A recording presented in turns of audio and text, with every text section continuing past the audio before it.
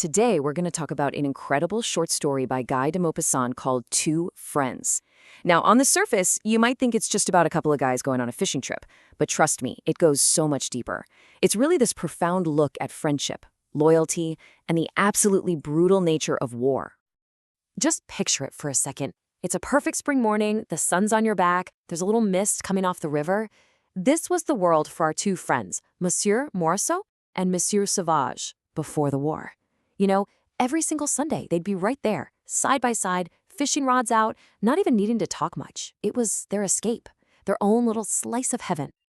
And then, that world just completely shatters. This is the reality when our story actually kicks off. In January of 1871, right in the middle of the Franco-Prussian War, Paris is completely surrounded, besieged, cut off from everything. People are so hungry they're eating sparrows, sewer rots, anything they can find. That simple pleasure of a quiet Sunday fishing trip, it's not just gone, it's almost impossible to even imagine anymore. So you have to ask, right? How on earth do two regular guys, in the middle of all this chaos and starvation, decide to go on a fishing trip? Well, this is where their story and their fateful journey really gets going. So let's meet our guys. We've got Maupassant, he's a watchmaker, and Sauvage, a draper. These weren't soldiers, they weren't politicians, just two ordinary Parisians. And what brought them together wasn't business or anything like that.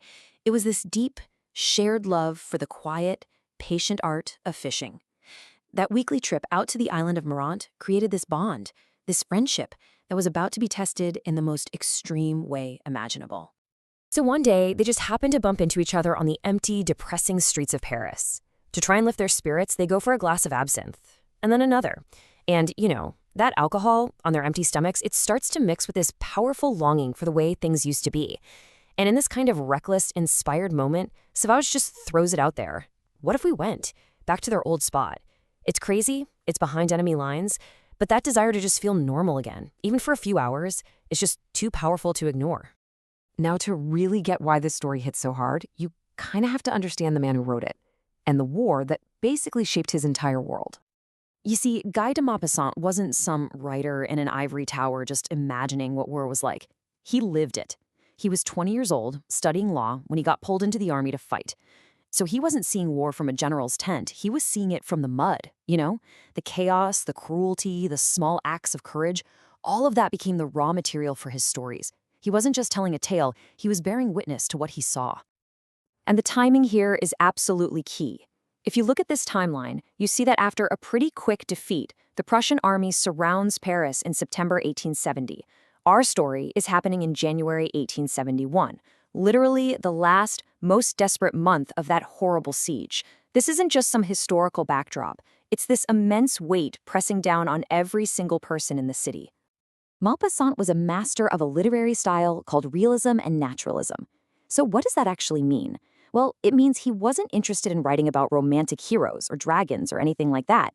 He focused on ordinary people, like a watchmaker and a draper, and he put them into situations that were painfully true to life. He wanted you, the reader, to feel the grit, the hunger, and the impossible choices that real people had to make. And that brings us right back to our two friends. They've somehow made it to the river, they got past the French outposts, and now they're in this eerie, quiet no man's land. And for just a little while, it feels exactly like the old days. The fish are even biting. But peace in wartime is always temporary. All of a sudden, this deep, rumbling sound makes the ground shake. It's the cannons from the fortress of Mont Valérien. The war that they've tried so hard to escape is making its presence known. Morceau just shakes his head and says something like, "What fools they are to kill one another." And they talk about how it doesn't matter if it's a king or a republic, there's always war. One of them says, "Such is life," and the other replies with this chilling bit of foresight, "Say, rather such is death." And in an instant, it's over. There's a sound behind them. They turn, and there are 4 Prussian soldiers, armed, coming out of the reeds. Their fishing rods, those symbols of their peaceful escape, just slip out of their hands and float away down the river. Before they know it, they're seized, their hands are tied, and they're thrown into a boat. Their brief moment of freedom is gone.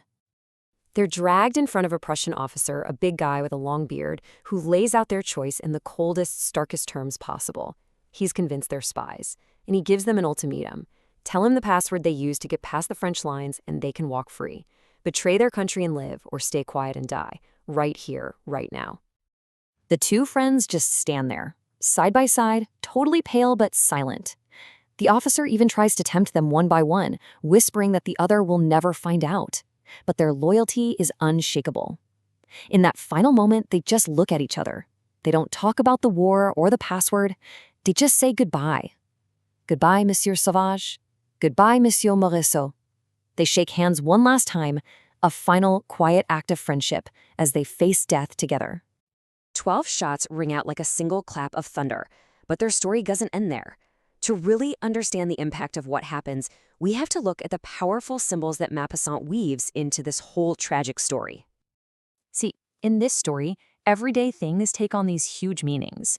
The fish they catch, they represent the freedom the friends are longing for, but they also symbolize the helpless people of Paris, caught in the net of war. The river, which was their place of peace, becomes their grave, completely indifferent to what happens. That cannon fire is like the constant, inescapable heartbeat of conflict. And the fishing trip itself, it's all about that universal human desire to find a little bit of normalcy, even when everything has gone completely insane. So when you put it all together, you get these incredibly powerful themes that came straight from Maupassant's own life. The story is this beautiful tribute to the strength of friendship. It's about a quiet kind of patriotism where two regular guys choose to die rather than betray their people. But more than anything, it's a blistering critique of just how pointless and senseless war is, how it destroys lives, it destroys dreams, and in the end, it destroys our very humanity. But Maupassant saves his most devastating, most chilling point for the very end. It's a single line that reveals the true horror of what's just taken place. After he orders his men to just dump the bodies into the river, the Prussian officer notices the bag of fish that our two friends had caught. He picks it up, actually smiles, and tosses it to one of his soldiers with this command. He shows absolutely zero emotion about the two men he just had executed. His only thought is about his lunch.